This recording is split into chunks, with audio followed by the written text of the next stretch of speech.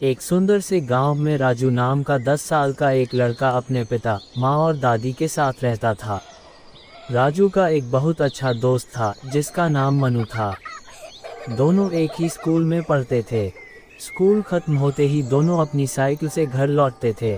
फिर गांव की गलियों में, पेड़ के नीचे और तालाब के पास खेलते हुए अपनी शाम बिताते थे। राजू के पिता एक किसान थे। उनकी जिंदगी खेत पर निर्भर थी और खेत की जिंदगी बारिश पर निर्भर थी, इसलिए पूरा परिवार बारिश का इंतजार करता था। एक दिन सूरज की गर्मी बहुत ज़्यादा थी। खेत की मिट्टी सूखकर जगह जगह फट गई थी। राजू और मनु खेत के किनारे खड़े होकर उस सूखी जमीन को देख रहे थे। राजू ने अपने पिता से पूछा, पापा, बारिश कब आएगी?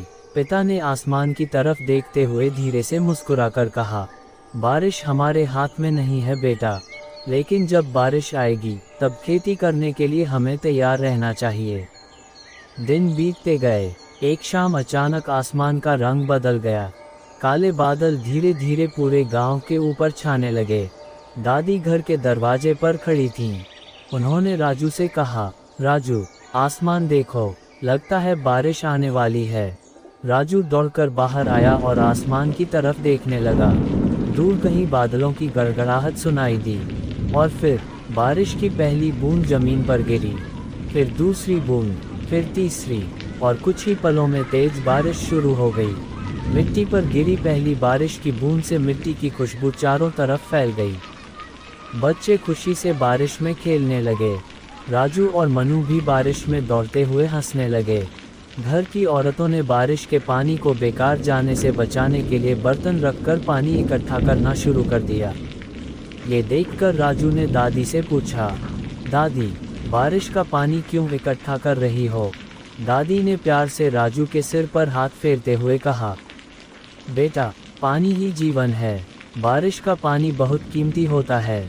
अगर हम इसे बचा कर रखें तो ये हमारे घर, खेत और पशुओं के बहुत काम आता है। दादी की यह बात राजू के मन में बस गई। अगले दिन खेती का काम शुरू करने का समय आ गया। खेत पर जाने से पहले दादी ने घर के पूजा स्थान के सामने दीप जलाकर पूजा की। फिर सभी लोग खेत की तरफ गए। राजू के पिता ने हल और खेती के सभी औजारों को साफ किया। उन्होंने उन पर हल्दी और कुमकुम लगाया और पूजा की। इसके बाद घर की गाय और बैलों को अच्छी तरह नहलाया गया। उन्हें फूलों की माला पहनाकर पूजा की गई। पूजा खत्म होने के बाद भगवान को चढ़ाया हुआ प्रसाद प्यार से गायों को खिलाया गया। राजू ये सब बहुत ध्यान से देख रहा था। उसके पिता ने राजू से कहा, ये गाय और बैल हमारी खेती का हिस्सा हैं बेटा। इनकी मदद के बिना हमारी खेती पूरी नहीं हो सकती, इसलिए हमें इनका सम्मान करना चाहिए। इसके बाद बैलों को हल में जोता गया और खेत की जुताई शुरू हुई। राजू और मनु भी पिता के साथ खेत में उतर गए। जुताई के बाद पिता ने राजू के हाथ में कुछ बीज दिए। उन्होंने कहा, इन बीजों को बहुत संभाल कर बोना।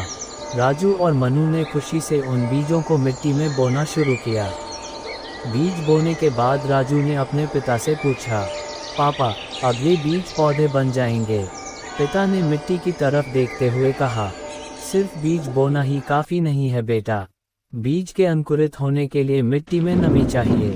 बारिश या पानी मिलने पर ही बीज धीरे धीरे अंकुरित होकर पौधा बनता है। कुछ दिन बाद आसमान फिर से बादलों से भर गया।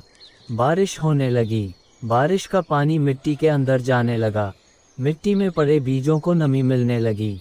एक सुबह राजू हमेशा की तरह दौड़ते हुए खेत में पहुंचा। उसने मिट्टी की तरफ देखा। उसकी आंखें आश्चर्य से बड़ी हो गईं। मिट्टी से छोटे छोटे हरे पौधे बाहर निकल आए थे।